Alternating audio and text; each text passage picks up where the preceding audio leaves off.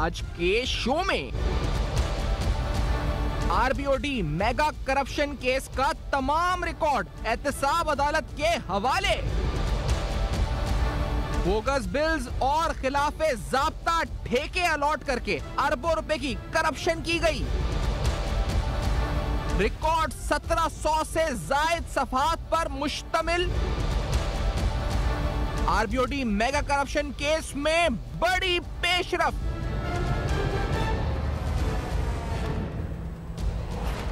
अस्सलाम वालेकुम। बस पर्दा हकायक सनसनीखेज इंकशाफात प्रोग्राम बेनकाब में हूँ आपके साथ सैफान खान। आरबीओडी मंसूबा जो कि इंतहाई अहमियत का हामिल है, इसका जो मेन मकसद था वो ये था कि वो तमाम जो सनतों और ड्रेनेज के जहरीले पानी का जो दरिया सिंध में अखराज है जिसको रोकना इसका मकसद था। ये मंसूबा अगर आपको समझाएं नाज़रीन जो आप स्क्रीन पे देख रहे हैं, ये सालों से अधूरा पड़ा हुआ है। यानी इस प्रोजेक्ट को अनाउंस किया गया साल 2001 में, और यानी जनरल मुशर्रफ साहब के दौर में जो मंसूबा अनाउंस होता है वो आज तक अधूरा पड़ा हुआ है। यानी वो काम जो सिंध गवर्नमेंट ने करना था, इरिगेशन डिपार्टमेंट ने करना था, वो काम मुकम्मल नहीं हुआ, और उस काम के एवज अरबों रुपए के असासे बने चंद लोगों के जो इरिगेशन डिपार्टमेंट से मुंसलिक हैं। इस अहम तरीन मंसूबे के हवाले से हमने तवील तरीन इन्वेस्टिगेटिव जर्नलिज्म करके आपके सामने वो सारे हकायक रखे कि किस तरीके से बोगस कंपनियां बनाकर अपने मनपसंद अफराद को नवाजा गया, किस तरीके से फेक बिलिंग्स कर नाजायज अरबों रुपए के एक्सपेंडिचर्स दिखाए गए, और कौन कौन से मरकजी किरदार इस पूरे मामले में शामिल थे। अगर इस मंसूबे के बारे में पहले आपको बताएं कि आखिरकार ये मंसूबा है क्या, तो वो आपके सामने सुबह जिस तरह मैंने कहा कि साल 2001 में जब जनरल मुशर्रफ साहब का दौर था उस पर शुरू हुआ, और इसका काम 2006 में यानी 5 साल मुकम्मल होना था। जो पहला और तीसरा फेज है ये वफाकी हुकूमत की जिम्मेदारी सौंपी गई, और जो दूसरा फेज था इसका जिम्मेदार सिंध गवर्नमेंट और महकमा इरिगेशन को ठहराया गया कि इनको कंप्लीट करना था। 273 किलोमीटर तवील मंसूबे की इब्तदाई लागत जो इनिशियल कॉस्ट रखी गई वो 14 अरब रुपए थी, जो बढ़कर 29 अरब रुपए रिवाइज की गई।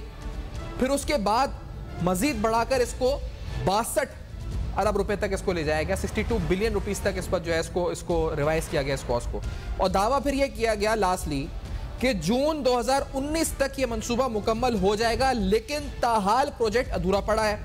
जिस तरह मैंने कहा कि मंसूबे का मकसद सनतों और ड्रेनेज के जहरीले पानी का जो दरियाए सिंध में अखराज है इसको रोकना था, लेकिन यह मंसूबा मुकम्मल ही नहीं हो सका। अभी जो लेटेस्ट फुटेजेस हैं जो आज हमने हासिल किए हैं वो हम आपको स्क्रीन पे दिखा रहे हैं कि किस तरीके से ये मंसूबा ताहाल अधूरा पड़ा हुआ है। कोई पूछने वाला नहीं है इसमें इरिगेशन के जो फंड्स एडीपी में रखे जाते हैं उन मंसूबों के साथ क्या हो रहा है, और बिलखुसूस इस मंसूबे के साथ क्या हुआ है। इस पर आज जो डेवलपमेंट बड़ी पेशरफ्त हुई है उस पर आने से कबल आपको बताएं कि इस सिलसिले में पहले एक डिपार्टमेंटल इंक्वायरी रिपोर्ट बैठी, यानी एक डिपार्टमेंटल इंक्वायरी रिपोर्ट जिसको जाहिद शेख साहब हेड कर, उन्होंने एक इंक्वायरी करी और उन्होंने पता लगाया कि जी कि आखिरकार आरबीओडी मंसूबे में किस तरह करप्शन हुई है। चीफ इंजीनियर जाहिद शेख की सरबराही में कायम कमेटी हुई और डिपार्टमेंट इंक्वायरी रिपोर्ट ने बताया कि जुलाई 2017 से जून 2019 तक 9 अरब 22 करोड़ रुपए इस मंसूबे में खर्च किए गए, और 2015 में सैलाब जाहिर करके आरबीओडी को नुकसान दिखाया गया, और 2017 और 18 में सेवन, जामशोर और ठट्टा में आरबीओडी की मुरम्मत और बहाली के काम कराए गए।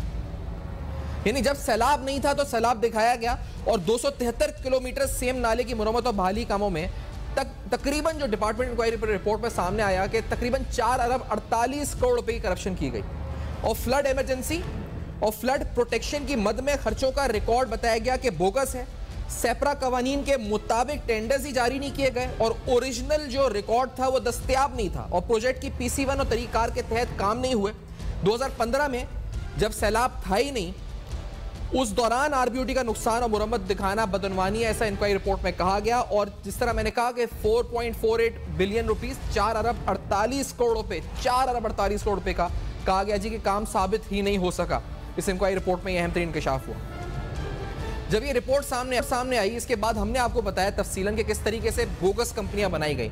एक कंपनी जिसके चेक मुनव्वर बोजदार साहब सब्लाइम इंप्रेशंस, और किस तरह उन्होंने बेनिफिशरी होकर अपनी कंपनी को, अपने इस पर जानने वालों को, मनपसंद अफराद को नवाजा। वो सारे चेक्स जो इशू हुए उस कंपनी को वो भी आपके सामने रखे। इसके अलावा दीगर कंपनीज भी शामिल थी जिसमें FB इंटरप्राइजेस, MAS इंटरप्राइजेस, ये कंपनीज इन्हीं लोगों की कंपनीज थी जिनको ये प्रोजेक्ट के ठेके नवाजे गए और उसमें अरबों रुपए की करप्शन सामने आई। इस पूरे मामले पर जब मीडिया, जब बिल्कुल अब तक ने और हमारे प्रोग्राम ने इस पर और अब तक न्यूज़ ने इस मामले को उठाया और इस पर शोर मचाया, तो कुछ सिंध हुकूमत को इस पर जो है इस मामले की संजीदगी का एहसास हुआ। वज़ीर सिंध ने नोटिस लिया, anti corruption department establishment Sindh को ये कहा गया कि इन तमाम अफराद जिनके नाम हम यहाँ पे दिखा रहे हैं और जो सारी रिपोर्ट में चीज़ें सामने आई हैं, इनके खिलाफ फौरी FIR दर्ज की जाए, यानी इनके खिलाफ एंटी करप्शन का जो डिपार्टमेंट है वो FIR दर्ज करे। फैसला हुआ और फिर ये हुआ कि एंटी करप्शन ने मुनव्वर बोजदार, एक्सियन फ़हीम सोमरो और तकरीबन दीगर और अच्छे खासे अफराद जिनके खिलाफ FIR दर्ज की। और बताया गया इस FIR में कि सैलाब से नुकसानात के खिलाफ होने वाले 4.482 अरब रुपए के नाम नहाद अखराजात में जालसाजी की गई। RBOD मंसूबे में करप्शन, धोखाधड़ी से बड़े पैमाने पर सरकारी खजाने को नुकसान पहुंचाया गया। ज़्यादातर ठेकेदार जिनको अदायगी की गई वो बाकायदा ठेकेदार थे ही नहीं और PEC का सर्टिफिकेट नहीं रखते थे। बगैर किसी तरमीम शुदा PC1 की मंजूरी के 2014 में टेंडर तलब किया गया और तकनीकी मंजूरी और टेंडर्स की मंजूरी लेने की जहमत ही गवारा नहीं की गई। ये FIRs भी हम आपको दिखा देते हैं, जो कि ये FIRs जो दर्ज की गई एंटी करप्शन की तरफ से वज़ीर सिंध की हिदायत पर, ये जामशोरो, दादू और ठट्टा में एंटी करप्शन की FIRs दर्ज की गई। ये कंपनीज के नाम हैं और जो इंडिविजुअल इसमें इन्वॉल्व थे, और इसके साथ साथ FIRs जो हैं जो आपके सामने हम स्क्रीन पे फ्लैश कर रहे हैं। अब क्या हुआ, यहाँ तक तो मामला ठीक था कि एंटी करप्शन के पास केस आ गया। फिर हमें पता चला कि एंटी करप्शन इस केस को दबाने की कोशिश कर रहा है। इस मामले की जो नौयत है इसका अंदाजा लगाते हुए चेयरमैन नैब ने इस मामले का नोटिस लिया, यानी चेयरमैन नैब ने नोटिस लिया और एक एप्लीकेशन सामने रखते हैं जो नैब एप्लीकेशन है, जिसमें बताया गया कि नैब कराची ने एक इंक्वायरी ऑथराइज की against Imran Sheikh, the superintendent engineer of RBD circle और दीगर ऑफिशियल के खिलाफ इरिगेशन डिपार्टमेंट के। और ये बताया कि अंडर सेक्शन 16A नैब ऑर्डिनेंस का 99 का ये इंतहाई एक्सपीडिएंट एंड नेसेसरी है कि अबव जो केस है इसको ट्रांसफर किया जाए, क्योंकि जो ग्रेविटी ऑफ ऑफेंस है, यानी जो नौयत है इस क्राइम की, ये बहुत ज़्यादा है। और ये तकरीबन जो प्ली बार्गेन इसमें हो सकता है अंडर सेक्शन 25 नैब ऑर्डिनेंस हो सकता है, यानी अमाउंट रिकवर हो सकती है, ऐसा नैब एप्लीकेशन में बताया गया। और नैब एप्लीकेशन जो आप इस वक्त स्क्रीन पर देख रहे हैं ये जमा कराई गई। इसके बाद आज जो डेवलपमेंट हुई है वो हम आपके सामने रखते हैं, क्योंकि जिस केस को मैं बता रहा हूँ कि एंटी करप्शन के हाथ में आया, फिर एंटी करप्शन डिपार्टमेंट के बारे में ये इत्तलात आई कि एंटी करप्शन डिपार्टमेंट इसको दबाने की कोशिश कर रहा है, ताखीर हरबे लगा रहा है, फिर नैब ने एप्लीकेशन लिखी। अब क्या हुआ है, अब हुआ यह है कि ये मामला नैब कोर्ट में ट्रांसफर हो गया। जो अहम तरीन डेवलपमेंट RBOD प्रोजेक्ट के हवाले से है वो आपके सामने रखते हैं कि ये जो केस है ये मुंतकिल हुआ है और RBOD करप्शन का तमाम रिकॉर्ड एहतसाब अदालत के हवाले कर दिया गया। ये रिकॉर्ड तकरीबन 1700 सफ़ात पर मुश्तमिल है। ये आपको बताते चलें, जिस तरह मैंने कहा कि मुल्ज़मान पर मुबैना सियासी पुष्पनाई हासिल होने के बायस एंटी करप्शन तफ्तीश में ताखीरी हरबे इस्तेमाल किए जा रहे थे और एंटी करप्शन हुकाम ने केस की नैब मुंतकली रोकने के लिए एक मुश्तरका तहकीकाती टीम की भी पेशकश की थी, तजवीज़ दी थी। एंटी करप्शन की नाकामी के बाद नैब ने अवामी शिकायत पर RBOD करप्शन केस की तहकीकात का फैसला किया था, यानी ये जो मैंने आपको एप्लीकेशन दिखाई कि नैब ने टेकअप किया मामले को, और चेयरमैन नैब ने नैब ऑर्डिनेंस 99 सेक्शन 6A के तहत तहकीकात मुंतकली के लिए खत लिखा था, जो हमने आपको खत भी दिखाया स्क्रीन के ऊपर।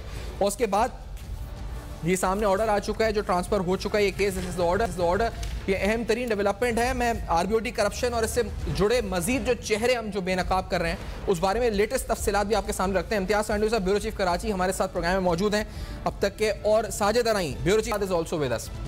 इम्तियाज साहब बताएं, क्योंकि अहम तरीन डेवलपमेंट है, 1700 सफ़ात मुश्तमिल इस वक्त डॉक्यूमेंट्स हैं जो नैब को कोर्ट चले गए, आप किस तरह देखते हैं इस डेवलपमेंट को? सैफान, बहुत अच्छा इकदाम है, क्योंकि जिस तरह से इस केस को बंद किया जा रहा था और इसकी प्रोसिक्यूशन हो या जो एंटी करप्शन की FIRs थी उनको कोई वैसे सीरियस नहीं लिया जाता, और जब ये FIRs दाखिल कराई जा रही थी उन वक्त भी इन तमाम मुल्ज़मान को बताया गया था कि आपके ऊपर ये इसलिए दर्ज कराई जा रही हैं ताकि नैब को रोका जा सके मज़ीद कार्रवाई से, तो आप अपनी ज़मानतें करवा लें। हैदराबाद जो ज़्यादातर मुल्ज़मान थे वो यहीं कराची शहर, हैदराबाद और दीगर इलाकों में थे, और उनको किसी पुलिस जो एंटी करप्शन के एहलकार ने गिरफ़्तार करने की कोशिश तक नहीं की। जो 3 FIRs दर्ज हुई हैं ठट्ठा, जामशोरो और दादू डिस्ट्रिक्ट्स के अंदर, इनमें इन्हीं मुल्ज़मान को ख़ास तौर पर जो मुनव्वर बोजदार हैं साबिक प्रोजेक्ट डायरेक्टर, उसके साथ फ़हीम सोमरो जिसका आपने सफारी भी दिखाते रहे हैं, अरबों रुपए की प्रॉपर्टी बनाई है लाड़काना में, और इसके साथ इस वक्त कराची में उसके बहुत सारी बड़े बंगले और प्रॉपर्टीज़ और खुफिया और जो भी आप समझें कि एक बेनामी और अपने नाम पर या अपनी फैमिली के नाम पर जो इसकी प्रॉपर्टीज़ है, वो तमाम सब लोग देख भी रहे हैं कि ये तब्दीली तब आई है जब RBOD के इस करप्शन के बाद जो पैसा आया वो उसके बाद ये प्रॉपर्टीज़ बनाई गई और मुनव्वर बोजदार यहाँ तक झूठ बोलते रहे कि उसके पास कोरे गाड़ी है। तो इसमें वो लोग भी थे जिन्होंने जाली साइन किए, जाली बिलिंग की, जिसमें कामरान खान का नाम आ रहा है, कराची में उसका बहुत अच्छा घर है, उसको गिफ्ट किया, मतलब उनको इतने पैसे दिए गए कि आप जाली दस्तखत करें और अपना घर ले लें। तो इस तरह से इन लोगों ने चपड़ासी से लेकर जो प्रोजेक्ट डायरेक्टर है उन सबको जो है करोड़ों रुपए में और अरबों रुपए में खिलाया, और ये इतना बड़ा घपला हुआ जिसको इनको ये जहन में था कि शायद ये केस दब जाएगा, और एंटी करप्शन को देने का मकसद यही था कि जो उनकी पहली टेक्निकल रिपोर्ट थी उसको फिर अदालत के ज़रिए मुस्तरद करवाने की कोशिश की गई ताकि दोबारा एक रिपोर्ट बने और उसमें इन तमाम मुल्ज़मान को जो इसमें इन्वॉल्व हैं उनको कोई फ़ायदा पहुँचे। और यही रास्ते पे जा रहे थे तो ज़ाहिर है फिर नेब ने दरख्वास्त दी, और इससे पहले डीजी नेब कराची नजफ़ कुली मिर्ज़ा उन्होंने भी इसमें इंटरेस्ट लिया, क्योंकि उनको भी ज़ाती तौर पर यह मालूम था कि यह बहुत बड़ा फ्रॉड है। और इसमें ख़ास तौर पर वो जो मुनीज़ काज़मी, मुनव्वर बोजदार की मुबैना अहलिया, इसके साथ दीगर ठेकेदार हैं, AWE कंपनी है, FIM है, फ़हीम सुमरो ने अपनी कंपनी एक बनवाई, उस कंपनी के ज़रिए जाली ठेके देके और पैसे निकलवाए गए। तो तकरीबन 1.5 अरब रुपए की जो सरकारी ख़जाने की रकम है वो तो मुनव्वर बोजदार ने अपनी मोहब्बत में लुटाई है, जो क्योंकि उसके ऐसे शवाहिद मौजूद हैं कि मुनव्वर बोजदार ने उस खातून कॉन्ट्रैक्टर से बाद में कोई शादी की है जिसकी ऑडियो भी हमने चलाई है। तो उन्होंने उसमें 1.5 अरब रुपए के ठेके सिर्फ उस खातून के दिए। उसमें उन्होंने कराची में फ्लैट ख़रीदे, बंगलो ख़रीदा, बहरिया इस्लामाबाद में घर है, और इस वक्त भी वो खातून रूपोश हैं।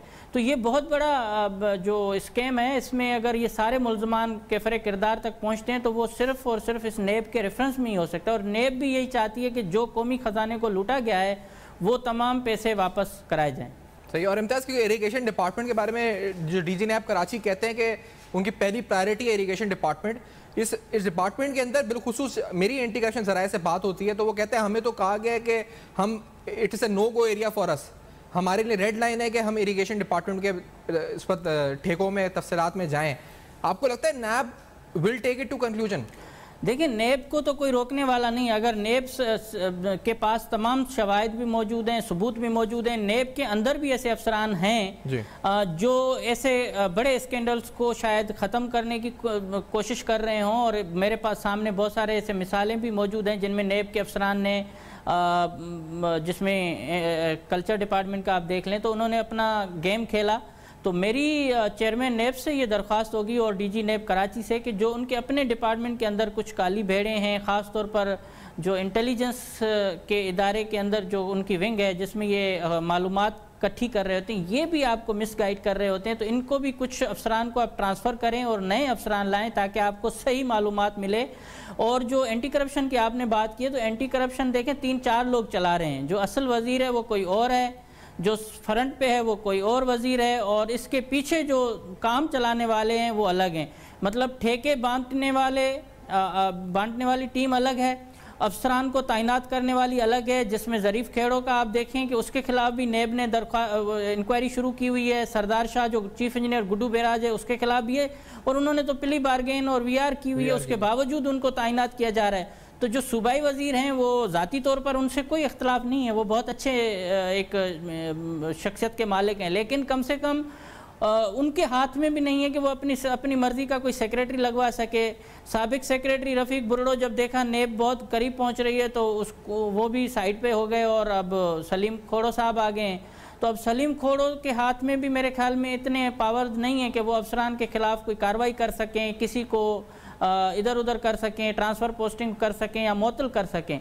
यहाँ ये वाहिद डिपार्टमेंट है, यहाँ जो अफसरान है उनकी अपनी चलती है कि कहाँ पोस्टिंग लेनी है, कहाँ नहीं लेनी, कितने अरबों का ठेका किसको जाना है, ये फ़ैसले मिनिस्टर नहीं कर रहा। ये फ़ैसले कहीं और ठट्ठा के घोड़ाबारी में और किसी और डिस्ट्रिक्ट में हो रहे हैं। तो मिनिस्टर साहब के पास तो कोई इख्तियार मेरे ख्याल में सामने नज़र नहीं आ रहा। अगर है तो वो क्यों कार्रवाई नहीं कर रहे हैं इन लोगों के खिलाफ जो कभी किंजर पे कब्जा कर रहे हैं, कभी गुड्डू बेराज पे बैठे हुए हैं, कभी लाड़काना में पोस्टिंग उनको मिल जाती है, और कभी उनके भाइयों के साथ तस्वीरें बना के और फ़वाइद ले रहे हैं। बड़ी अहम बात है इस वक्त है कि सियासी पुष्पनाई की जो बात है, फ़हीम सुमरो की ऐसी फ़ोटोज़ हैं इस वक्त जो इस वक्त वज़ीर के भाई के साथ या दीगर के साथ आपको हम दिखाएंगे भी, लेकिन ये सियासी पुष्पनाई की बुनियाद पर साजिद राई साहब आपकी इत्तलात क्या है? क्योंकि मामला हैदराबाद में था, एंटी करप्शन कोर्ट से अब गया एहतसाब अदालत नैब की तरफ, क्या हो क्या रहा था? इसको दबाने के लिए किस तरह से कोशिशें की जा रही थी?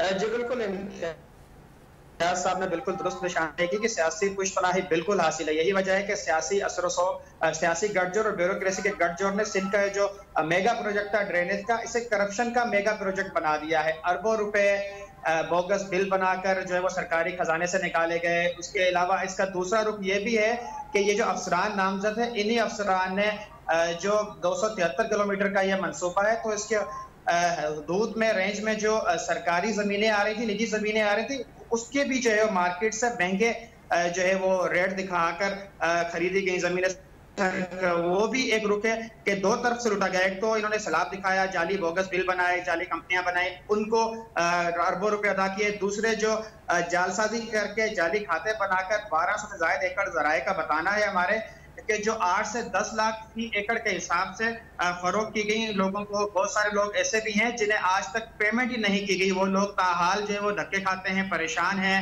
उनको पेमेंट के लिए पेमेंट ही नहीं मिल सकी। दूसरा ये है कि एंटी करप्शन को जब पता चला कि नैब ने जो है वो मामले का नोटिस लिया है अवामी शिकायत पर, अब इसकी बाकायदा नैब तहकीकात करेगा। असल एहतसाब तो तवक्को करते हैं कि अब शुरू होगा जब ये नैब ने इस केस को टेक ओवर कर लिया है। एंटी करप्शन तो इन अफसरान की पुष्पनाही कर रही थी, क्योंकि अफसरान इंतहाई बाअसर हैं जी, सियासी असर करते हैं। जब एंटी करप्शन हुकाम को पता चला कि नैब मामले में बाकायदा मुदाखलत कर चुकी है, चेयरमैन नैब ने एक जो नैब ऑर्डिनेंस है 1999 सेक्शन 6A का इस्तेमाल करते हुए खत लिखा है एंटी करप्शन को, तो उसके बाद एंटी करप्शन ने एक रिपोर्ट जमा करवाई जिसमें ये कहा गया कि हमें मजीद वक्त दिया जाए। हम आपको एंटी करप्शन कोर्ट को, हैदराबाद को, जो सूबाई अदालत है, दूसरी अदालत, उन्हें कहा गया कि हम जो है वो टेक्निकल अफसरान का कुछ भुगतान है, हम टेक्निकल अफसरान की फौरी तौर पर जो है वो मंजूरी लेकर चीफ सेक्रेटरी साहब से और इरिगेशन डिपार्टमेंट से हम इसकी दोबारा से आपको रिपोर्ट जमा करवाएंगे। और उसके साथ ये भी बताते चलो कि एंटी करप्शन के हमारे जो जराए हैं उनका ये भी बताना है कि एंटी करप्शन ने मुश्तरका तहकीकाती टीम बनाने की तजवीज भी दी थी जो चेयरमैन एंटी करप्शन है उन्हें, ताकि जो वो जो अफसरान है इनको नेब के शिकंजे में आने से बचाया जा सके। हमें एक ब्रेक की तरफ बढ़ने हैं, मैं इस बात को भी जोड़ते हैं आगे, इम्तियाज सांडवी साहब से बात आगे करते हैं मजीद, क्योंकि इसमें कुछ और भी हैं इस वक्त जो और जिनका जिक्र हुआ है, लेकिन तफसीलन हम करेंगे आगे, और आगे जो डेवलपमेंट हुई है ये कितनी बड़ी और कितनी अहम है इसकी तफसीलात में जाएंगे after this very short break. बेनकाब में हमारे साथ रहिए।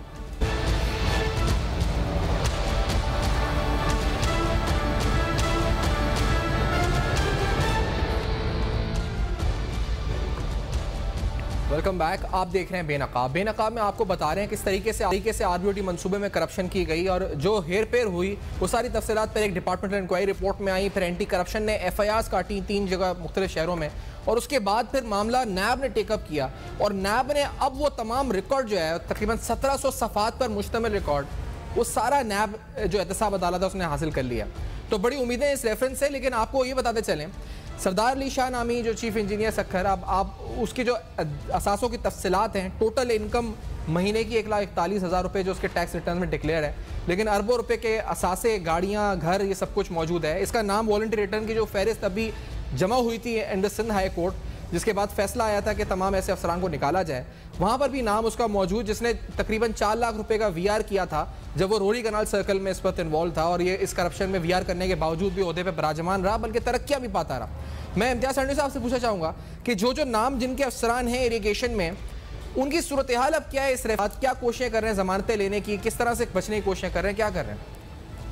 जी सैफान, कुछ अफसरान ने तो ज़मानतें ले ली हैं, और कुछ पहले ही जब एंटी करप्शन में केस किया था तो उन्होंने ज़मानतें ली, लेकिन बहुत सारे ऐसे हैं जो इस वक्त भी रूपोश हैं।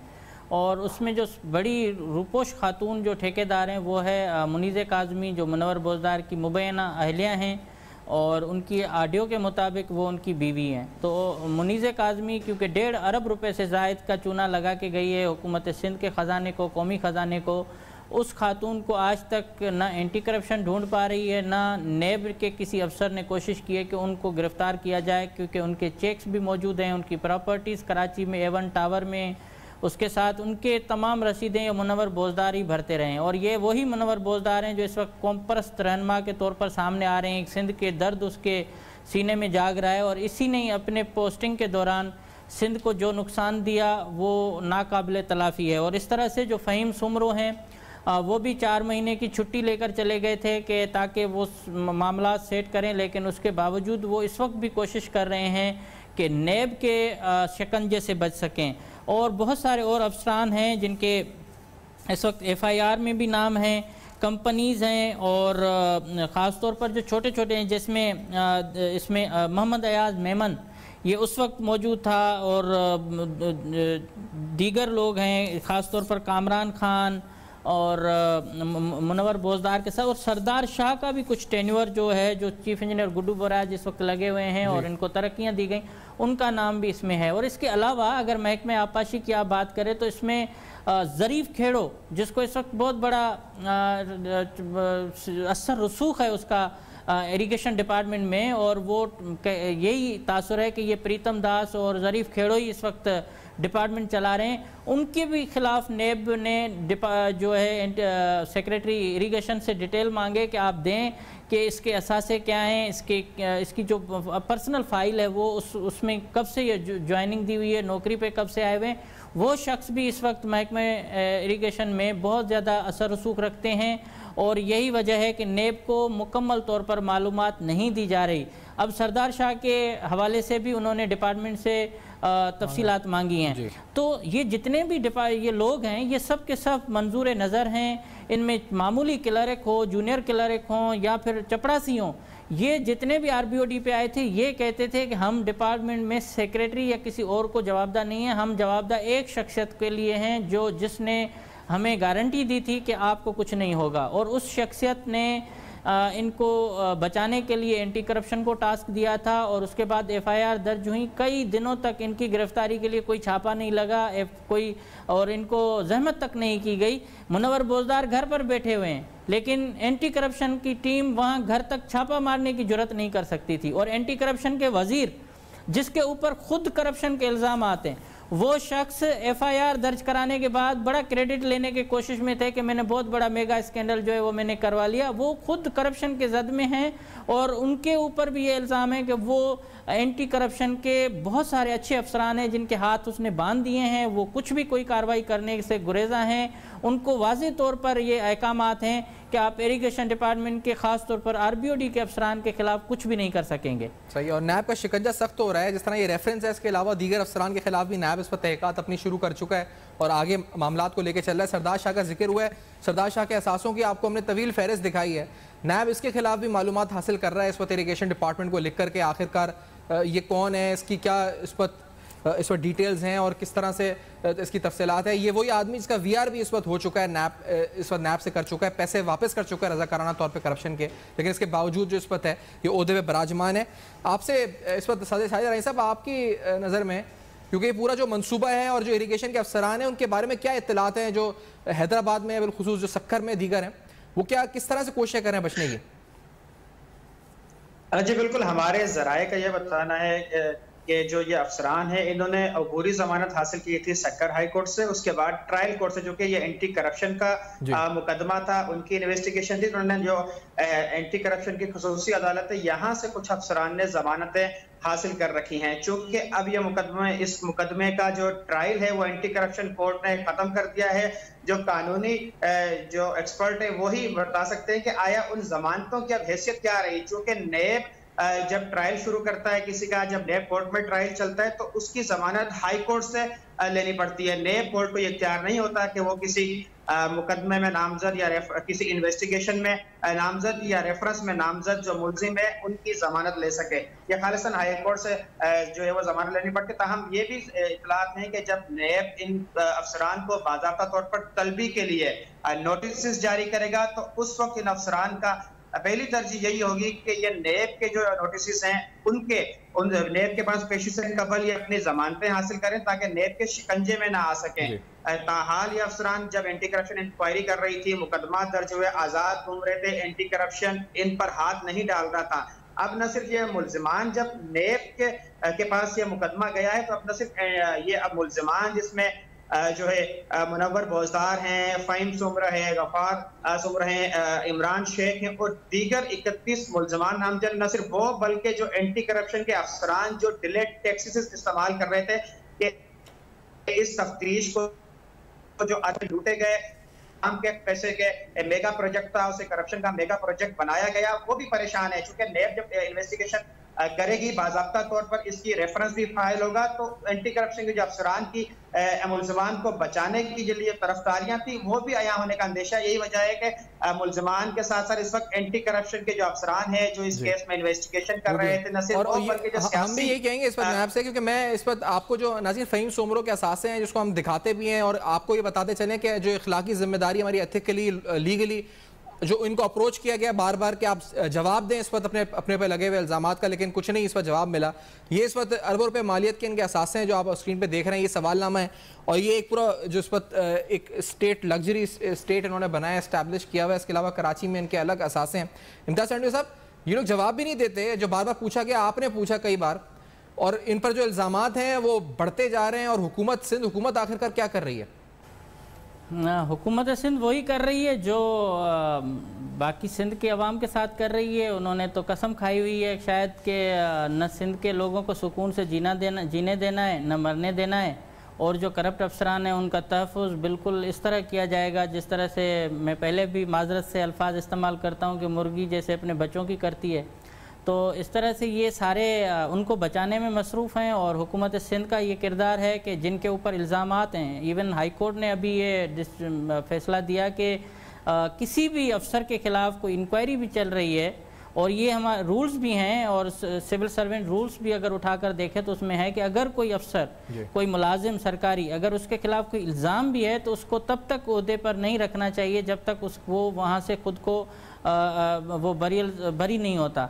लेकिन यहाँ बड़े बड़े इल्ज़ामात हैं अरबों रुपए के, मतलब करोड़ की तो अब कोई हैसियत ही नहीं रही है। करोड़ की करप्शन ऐसी है जैसे मतलब उसकी कोई मतलब मामूली सी एक करप्शन समझी जा रही है, अब अरबों की बात होती है। और ये साबिक चीफ जस्टिस ने भी अपने भरी कोर्ट में कहा था कि मेरे से अरबों की बात करें कि कितने बड़ी करप्शन है, ताकि उस हिसाब से हम उसको देखें। तो अब एक अरबों रुपए की करप्शन सिंध में करोड़ों से ये बढ़ के चली गई है, और उसके बावजूद इनको कोई फ़र्क नहीं पड़ता कि सिंध लुटे, सिंध में प्रोजेक्ट बने न बने, जाली चीज़ें ले आएंगे, जाली ठेके दिए जाएंगे,